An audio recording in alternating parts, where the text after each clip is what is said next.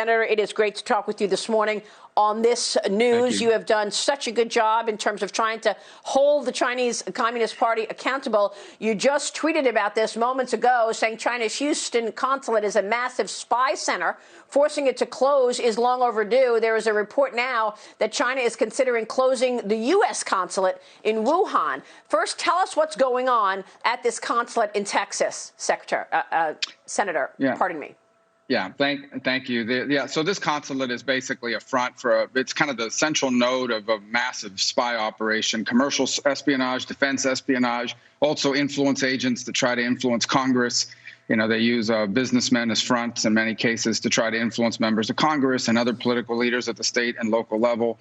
And so it's long overdue that it be closed. What will happen is the Secretary of State probably already has demarched the ambassador, basically called them in, told them we're going to do this, told them why. Given their agents that we know who they are, 72 hours to leave the country. If they don't leave within 72 hours, they'll be arrested as spies. And then what will happen is they'll, and you'll see this all the time. Every country does it when your embassy or consulate is closed.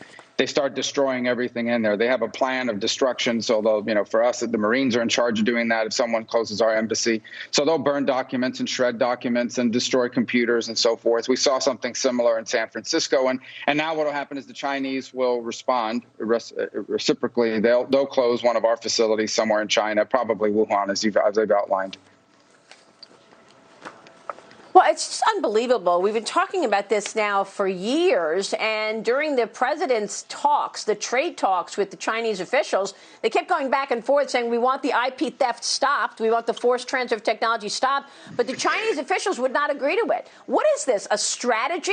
Theft as a strategy to grow for China? Yeah, absolutely. Now, look, and they're also investing billions of dollars in these industries. They are trying to become an industrial power on par or greater than the United States, particularly in the new industries that will dominate the 21st century.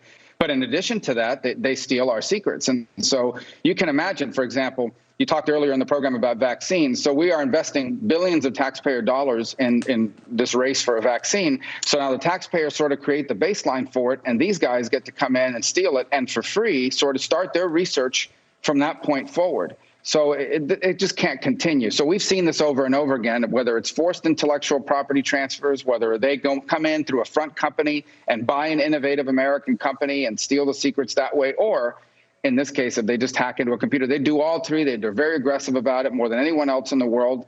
And it is not a small part of the advances they have made to this point. Many of the great big leaps they've made in technology are the result of them stealing it from us or someone else.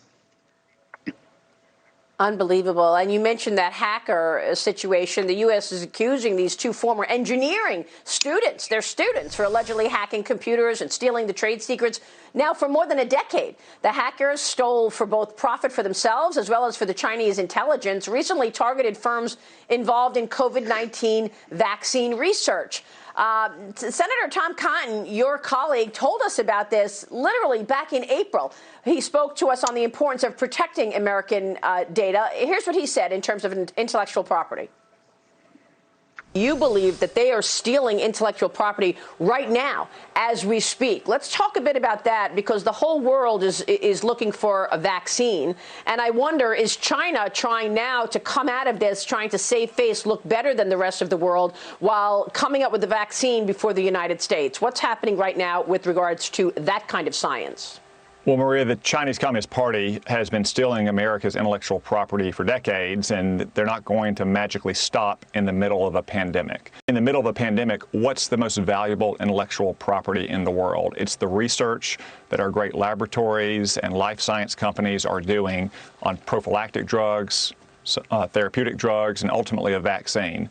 So I have little doubt that the Chinese intelligence services are actively trying to steal America's intellectual property as it relates to the virus that they unleashed on the world. Because, of course, they want to be the country that claims credit for finding those drugs or finding a vaccine and then use it as leverage against the rest of the world. It's unbelievable, Senator. This is exactly what they're doing. How are we going to stop it? Because I know that the CCP is very effective at creating lobbies. They lobby universities, and they give all of this grant money so the universities do what they say. They lobby Hollywood, and that enables them to dictate how a movie is produced. They lobby academia. And so you've got all these lobbies in America basically agreeing with the CCP. How do you stop it?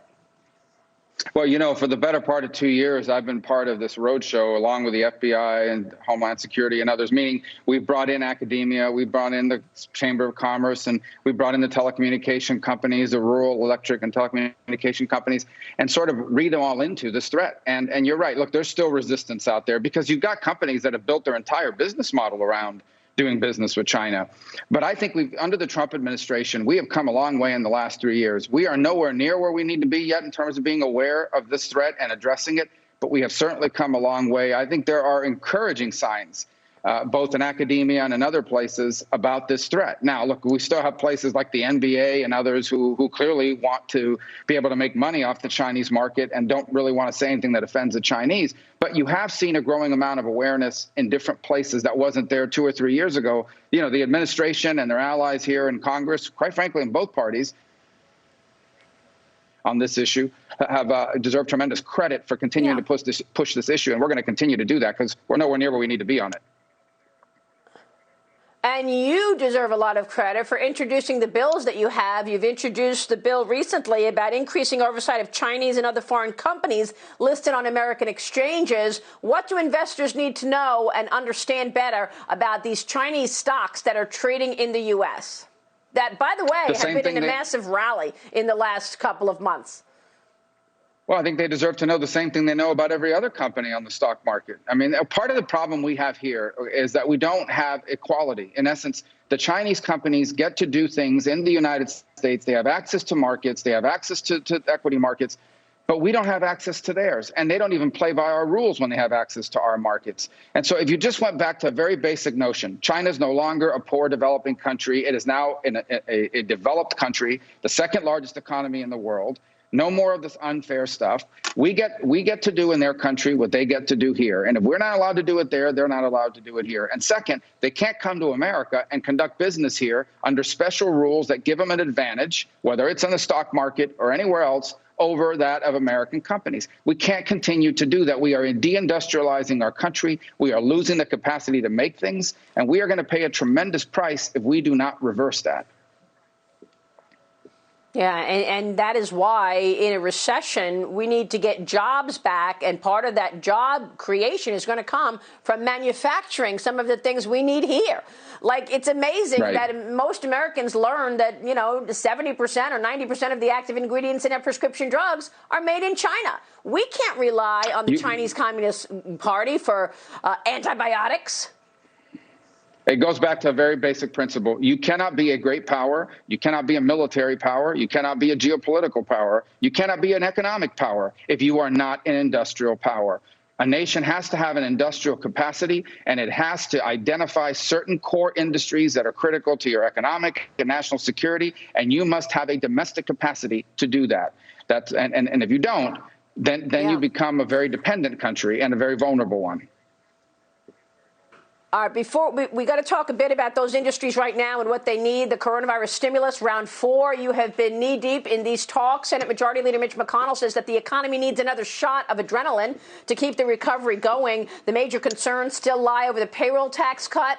Let me know, tell us what you think is most important in terms of the fourth bill here. What are you and your colleagues talking about now, Senator? Well, first of all, I am also concerned about the debt. But I will tell you that given this pandemic, if we don't do something, the economy is going to suffer lasting structural damage. It's going to make it very hard for this country to have the growth it's going to need to get the debt under control. I mean, it's going to last for a decade. So we need to address it. We got to get people back to work. That's why we'll have a more targeted but second round of PPP. I think that we're open to other things that help people get back to work. Embedded in that debate, of course, is what do you do for individual Americans? Do you increase the unemployment, or do you continue this extended unemployment by another number of months? I mean, we're hearing from many employers that it is making it harder to rehire people. We can't ignore that when they raise that, so that has to be taken into account. The president wants a payroll tax cut. Of course, that depends on people being back to work.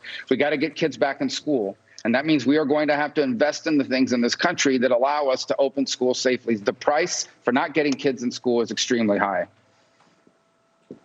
Well, the president wants $70 billion for public and non-public schools. Is that the right number, Senator? How do you make sure our kids get back to school, but in a safe way? Well, it's a high number. It's a lot of money, and I'm sure it can help and go a long ways. I don't know what the exact right number is yet. That's something we're working through, and I assure you that school districts will tell you it's not enough, but it's certainly better than nothing. And I think it will help to help establish the right things these schools need to have in place to be able to open safely again at some point this fall. All right, final question, Senator. Do you believe you and your colleagues can agree on something and the president will sign it before you leave for your next recess on August 8th?